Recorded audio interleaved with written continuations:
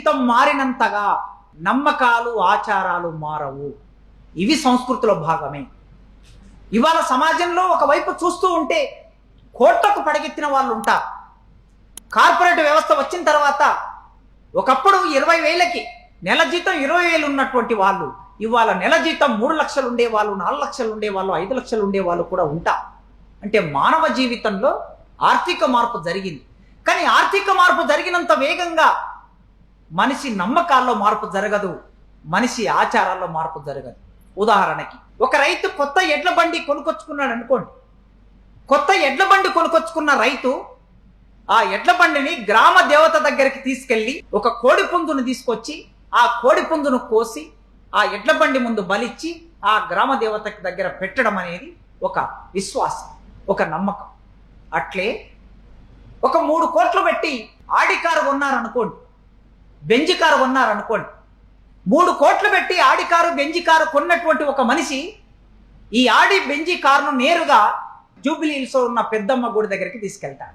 ఈయన ఆర్థిక స్థితి చూస్తే 3 కోట్లు పెట్టి కొన్నాడు, ఆర్థిక స్థితి మారింది. కానీ తన ఆచారం, తన నమ్మకం మాత్రం మారలేదు. ఆ నమ్మకం ఎక్కడి వరకు ఉన్నది? టెక్నాలజీ పరంగా తయారైన కారుకు అదే పెట్టుబడిదారుడు అన్ని కోట్ల డబ్బు పెట్టాడు. అన్ని కోట్ల డబ్బు పెట్టి కొన్నటువంటి వాడు ఒక ఇంజనీర్ కావచ్చు, ఒక ఫిజిక్స్ లెక్చరర్ కావచ్చు, ఒక ప్రొఫెసర్ కావచ్చు, ఒక పెట్టుబడిదారుడు కావచ్చు, ధనవంతుడు కావచ్చు. ప్రపంచంలో సైన్స్ చదువుకున్న వాడు ఆచారాల నమ్మకాల విషయానికి వచ్చేసరికి ఎక్కడికి వెళ్తున్నారంటే మళ్ళా తిరిగి సంస్కృతిలో భాగమైన మూఢ విశ్వాసాల వైపు వెళ్తూ ఉన్నారు. ఇవాళ కాళ్ళకి నల్ల దారాలు కట్టుకొని వాళ్ళు ఎంతమంది ఉన్నారు అని మనం వెతికి చూస్తే ఎంతమంది కనిపిస్తారు? ఈ కోట్ల మంది ప్రజల్లో నల్ల దారాలు కట్టుకొని వారు ప్రతి ఒక్కరూ కాలుకు నల్ల దారం కట్టుకునే ఒక విశ్వాసం ఎందుకు వచ్చింది? మీరు కార్పొరేట్ కంపెనీలోకి వెళ్ళి చూసినా, ప్రొఫెసర్ల దగ్గరికి వెళ్ళి చూసినా కాళ్ళకు నల్ల దారాలు వచ్చాయి. ఇది ఈ కాలపు నమ్మకం. ఇది సంస్కృతిలో భాగంగా వ్యక్తమవుతున్నది. సంస్కృతి మనిషి చైతన్యాన్ని, పట్టుదలను అత్యున్న స్థాయికి తీసుకెళ్లగలదు. ఒక్కొక్కసారి అది అణిచివేయగలదు, అది మూఢ విశ్వాసంలోకి తీసుకెళ్లగలదు. దానితో పాటు సంస్కృతి ఏం చేస్తుంది? మనిషి చైతన్యాన్ని, పట్టుదలని చాలా ఉన్నత స్థాయికి కూడా తీసుకెళ్లగలదు. భూస్వామ్యాన్ని బద్దలు కొట్టగలదు, పెట్టుబడిదారి విధానాన్ని బద్దలు కొట్టగలదు, ఓడించగలదు, విప్లవాన్ని కూడా తీసుకురాగలదు, సమాజాన్ని మార్చగలదు. నిజంగా కూడా అది జరిగింది. అట్లా భూస్వామ్యాన్ని బద్దలు కొట్టి క్యాపిటలిజం వచ్చింది.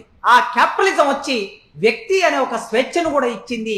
ఆ వ్యక్తి స్వేచ్ఛ ఫలితంగానే ప్రపంచంలో శాస్త్రవేత్తలు వచ్చారు, మేధావులు వచ్చారు, రచయితలు ఎదిగారు. అది పెట్టుబడిదారి విధానానికి అవసరం, ఆనాటి సమాజానికి అవసరం. ఆ సమాజానికి అవసరమైన పద్ధతిలో భాగంగా తనకు ముందున్న సంస్కృతి ఏం చేస్తుంది?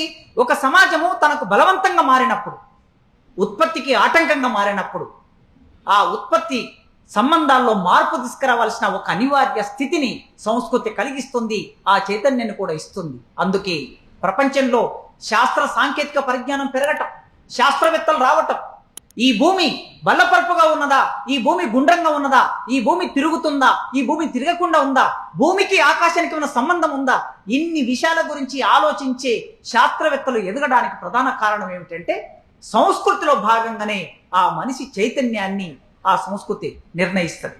సంస్కృతి మనుషుల ఆశయాలని, ఆకాంక్షలని అణిచివేయగలదు కూడా. మన దేశంలో కర్మ సిద్ధాంతం, మన దేశంలో వైరాగ్య సిద్ధాంతం, మోక్షకాంక్ష, ఇవన్నీ కూడా సంస్కృతిలో భాగంగానే వ్యక్తమవుతూ ఉంటాయి, ఆచార సంప్రదాయాల భాగంగా వ్యక్తమవుతూ ఉంటాయి.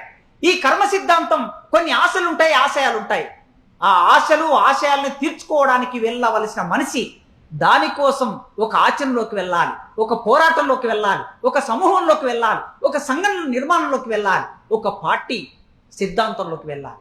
వెళ్ళకుండా ఏం చేస్తుందంటే కర్మ సిద్ధాంతం అనేది చెప్పి నీవు ఎదగకపోవడానికి కారణం, నీవు ఫలానా కులంలో పుట్టపోవడానికి కారణం, నీవు ధనవంతుడు కాకపోవడానికి కారణం ఏమై ఉంటుంది అంటే నీవు పోయిన జన్మలో చేసుకున్న కార్యం వలన లేదా పాపం వలన ఇవాళ నీవు ఈ జన్మకి ఇట్లా పుట్టా. పంది మాంసం తిన్న వాళ్ళు పందులుగానే పుడతారు అని ఒక మత ప్రవక్త, ఒక మత పెద్ద చెప్తూ ఉన్నాడు. కోడి మాంసం తిన్న వాళ్ళు కోడిలాగానే ఆలోచిస్తారని ఒక మత పెద్ద చెప్తూ ఉన్నాడు. ఇది 2024లో చెప్తూ ఉన్నాడు. 1915లోనో లేదో 1850లోనో లేకపోతే 1700 కాలం సంగతి చెప్పండి. 2024లో ఒక మత పెద్ద ఏం చెప్తున్నాడు? ఆ మత పెద్ద దగ్గరికి కొన్ని లక్షల మంది రోజు వెళుతూ ఉంటారు. హైదరాబాద్కి 20 కిలోమీటర్ల దూరంలో ఆశ్రమాన్ని నెలకొల్పుకున్న మత పెద్ద పంది మాంసం తింటే పందులాగా ఆలోచిస్తారు, కోడి మాంసం తింటే కోడులాగా ఆలోచిస్తారు, ఎద్దు మాంసం తింటే ఎద్దులాగా ఆలోచిస్తారు, బర్రె మాంసం తింటే బర్రెలాగా ఆలోచిస్తారు అని అంటూ ఉన్నారు. అంటే ఆ మనుషులు మీరు ఎక్కడ పుట్టారో, మీరు పుట్టిన స్థాయిని బట్టి మీకుండే విశ్వాసం, నమ్మకం అది ఎక్కడి నుంచి వచ్చిందంటే నీవు పూర్వ జన్మలో చేసుకున్న పాప కార్యం వలన నీవు ఇక్కడ పుట్టావు కనుక నీవు అక్కడనే ఉండాలి.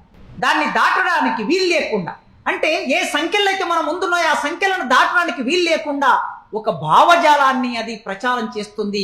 అది కూడా సంస్కృతిలో భాగంగా నడుస్తుంటుంది. సంస్కృతి సామాజికులైన మనుషుల వ్యవహారం, మనందరి వ్యవహారం ఇది. సంస్కృతి అనేది ఏ ఒక్కరికో సంబంధించింది కాదు కదా. మన దైనందిన జీవితంలో, మన నమ్మకాల్లో, ఆలోచనలో, విశ్వాసాల్లో, అభిరుచుల్లో అది వ్యక్తమవుతూ ఉంటుంది రోజు. అట్లా వ్యక్తమయ్యే క్రమంలో ఆధిపత్య వర్గాలు ఒక అర్థాన్ని, ఒక విషయానికి ఒక అర్థాన్ని ఇస్తాయి.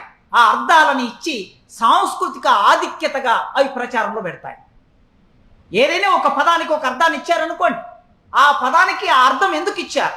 నేను ఒక పార్టీ మేనిఫెస్టోలో చూశాను. ఒక కమ్యూనిస్టు పార్టీ మేనిఫెస్టోలో ఇలా రాస్తూ పార్టీ క్రమశిక్షణకి విరుద్ధంగా నడిచే వాళ్ళు ఆ పార్టీ ఆశయాలకి, లక్ష్యాలకి అపచారం చేసిన వాళ్ళు అవుతారు అని ఉంది. కమ్యూనిస్టు పార్టీ మేనిఫెస్టో అపచారం చేసిన వాళ్ళు అవుతారు అని ఉంది. భాష జాగ్రత్తగా ఉపయోగించకపోతే ఆ భాషనే భావజాలాన్ని మోసుకెళ్తూ ఉంటుంది జనాల్లోకి. అపచారం ఏమిటి, చారం ఏమిటి? మనం రోజు అంటాం ఇది నా కర్మ అనే వాళ్ళు కూడా చాలా మంది మనకు కనిపిస్తూ ఉంటాం. అంటే భాష ఎప్పుడైనా సరే మనల్ని తత్వశాస్త్రం పాఠం చెప్పేటప్పుడు నవ్వడం కోసం చాలా అది సీరియస్గా ఉంటుంది కనుక ఆ పాఠం చెప్తూ ఉన్నప్పుడు మధ్య మధ్యలో కొన్ని జోక్స్ వేస్తూ ఉంటారు. ఆ వేసే సందర్భంలో చెప్తూ ఉంటారు. ఎవరో పెద్ద మనిషి అమెరికా చికాగో నగరంలో హేతువాదుల సభలు జరిగాయి. పెద్ద ఎత్తున సభలు జరిగాయి. ఒక వారం రోజులు జరిగాయి. సభలు బాగా అయినాయి. ఆయన అక్కడి నుంచి వచ్చాడు. విజయవాడ ఎయిర్పోర్టుకు మీలాంటి పెద్ద మనుషులు వెళ్ళి ఆహ్వానించడం కోసం వెళ్ళారు. వెళ్ళి ఆయన ఒక పూలదండ వేసి, సార్ ఎలా జరిగాయి సార్ సభలు అంటే, ఆ దేవుని దయ వలన చాలా బాగా జరిగాయి అన్నాడు. వారం రోజులు దేవునికి వ్యతిరేకంగా ఉపన్యాసాలు విన్నవాడు, ఉపన్యాసాలు ఇచ్చినవాడు. అంటే మన మనసులో, మన ఆలోచనలో పదాలు, భాష ఎంత భాగమవుతుంది, ఆ ఆలోచన విధానాన్ని ఎట్లా నియంత్రిస్తుంది అని అర్థం కావడం కోసం మాత్రమే ఆ ఉదాహరణ చెప్పాను. అందుకే ఆధిపత్య వర్గాలు ఒక అర్థాన్ని ఇచ్చేటప్పుడు ఆ ఆధిక్యతని నెలకొల్పడం కోసం ఒక్కొక్క దానికి అర్థాన్ని రూఢి చేసి ప్రచారం చేస్తూ ఉంటాయి. పసుపు రంగు, ఇది పసుపు రంగు. పసుపు అనేటటువంటిది మన ఆహార పదార్థాల్లో భాగంగా, ఉత్పత్తిలో భాగంగా, ఉత్పత్తి శక్తులు క్రియేట్ చేసింది. వ్యవసాయంలో భాగంగా వచ్చినటువంటిది. అది ఒక పంట, ఆహారంలో వేసుకునే ఒక వస్తువు, లేదా శరీరానికి గాయమైన ఇంకేదైనా ఉపయోగించుకునే ఒక మందు. కానీ ఈ పసుపు రంగుకు శుభ సూచకం అనేది ఎవడు పెట్టాడు? ఎక్కడి నుంచి వచ్చింది? పసుపు ఎందుకు? వివిధ కార్యకలాపాల్లో కాళ్ళకు పసుపు పెట్టుకోవడం, చేతులకు పసుపు పెట్టుకోవటం, లేదా ముఖానికి పసుపు పెట్టుకోవటం అనేది ఎందుకు? ఇది శుభ సూచకం అని ఎవడు సూచించాడు ఈ అర్థాన్ని? అంటే ఆధిపత్య వర్గాలు ఆయా సందర్భాల్లో కొన్ని పదాలకి అర్థాలు నిర్ణయించి సంస్కృతిలో భాగంగా మన జీవితంలోకి తీసుకొస్తాయి. కాషాయ రంగు ఉన్నది, అది వైరాగ్యానికి. రంగులంటే ప్రపంచంలో, ప్రకృతిలో కనిపించే రంగులు ఇవన్నీ. ఒక ప్రాకృతిక సౌందర్యం. కవిత్వం రాసే వాళ్ళకి అది ఒక అందమైన కవి సమయం. ఈ అందమైన కవి సమయానికి లేని అర్థాలని కల్పించి ఆ అర్థాల ప్రకారం సమాజంలో మనం అనువర్తించేటట్లు, మనం ప్రవర్తించేటట్లు చేశారు. కాషాయం అనగానే వైరాగ్యానికి, సన్యాసులకి సంకేతంగా ఎవరు చెప్పారు? ఎందుకు చెప్పారు? నలుపు అనే అర్థం, నలుపు అనే ఆ కలర్ చెప్పగానే ఇది అశుభం. ఎవరు చెప్పారు అశుభం అని? మరి ఈ అశుభమైనప్పుడు ఏ ఏ సందర్భాలు ఎందుకు ఉపయోగిస్తున్నారు? ఎరుపు అనగానే మార్పుకు సంకేతం, లేదా ఇవాల్టి అర్థంలో ఇప్పుడు కాషాయ రంగు అంటే అభివృద్ధికి సూచకంగా మారిపోయింది. ఏ అర్థం ఇచ్చారు కాషాయానికి? అందరూ బుద్ధుడిలాగా అందరూ మారిపోతే ఈ సమాజ ఉత్పత్తి ఏం కాను అని ఒక ప్రశ్న వచ్చింది మనకి. బుద్ధుడు సమాజం ముందుకు నడవడానికి ఒక ప్రయత్నం చేశాడు ఆ కాలంలో, అంతవరకు చాలా గొప్పగా ఉంది. కానీ అందరూ సన్యాసులు అయిపోతే మరి సమాజ ఉత్పత్తి ఏం కావాలి, ఉత్పత్తి శక్తులు ఏం కావాలి, ఉత్పత్తి సంబంధాలు ఏం కావాలి, సమాజాన్ని ముందుకు నడిపే వాళ్ళు ఎవరు అని మనం గతితార్కిక పద్ధతిలో బుద్ధుని కూడా అంచనా వేస్తాం. అట్లే వివేకానందుని కూడా అంచనా వేస్తాం. ఇవాళ అదే కాషాయ రంగు ఒక అర్థాన్ని రూఢి చేస్తూ ఉన్నారు. ఏం అర్థాన్ని రూఢి చేస్తున్నారు? మీరు ఏ కలర్ చూడండి, రెడ్ కలర్ను కూడా మెల్లగా దాన్ని కాషాయ రంగులోకి మార్చేస్తూ ఉన్నారు. మార్చేసి అభివృద్ధిని ఎవరైతే కాంక్షిస్తారో, భారతదేశ అభివృద్ధిని ఎవరైతే కోరుకుంటారో వారు బీజేపీలో ఉన్నట్లు, వారు ఆర్ఎస్ఎస్లో ఉన్నట్లు, ఈ ఆర్ఎస్ఎస్లో బీజేపీలో లేకపోతే మీరు ఈ దేశానికి వ్యతిరేకులు, ఈ భారతదేశ అభివృద్ధిని కోరుకోవటం లేదు అనే స్థితి వరకు ఆ పదానికి అర్థాన్ని తీసుకొచ్చారు. ఎరుపు అంటే ప్రమాదానికి సంకేతంగా మార్చేశారు. ఎరుపు అంటే భయం భయం, పసిపిల్లలు వారికన్నా నయం నయం అని మా సుబ్బారావు పానిగ్రాహి రాసినటువంటిది. ఈ ఎరుపు అంటే ప్రమాదం కాదు, అపాయం కాదు. ఎరుపు అంటే అపాయాలన్నిటిని తీర్చే ఉపాయం. ఆ అర్థం పోయి ఇప్పుడు కొత్త అర్థాన్ని రూఢి చేసే ప్రయత్నం చేస్తున్నారు.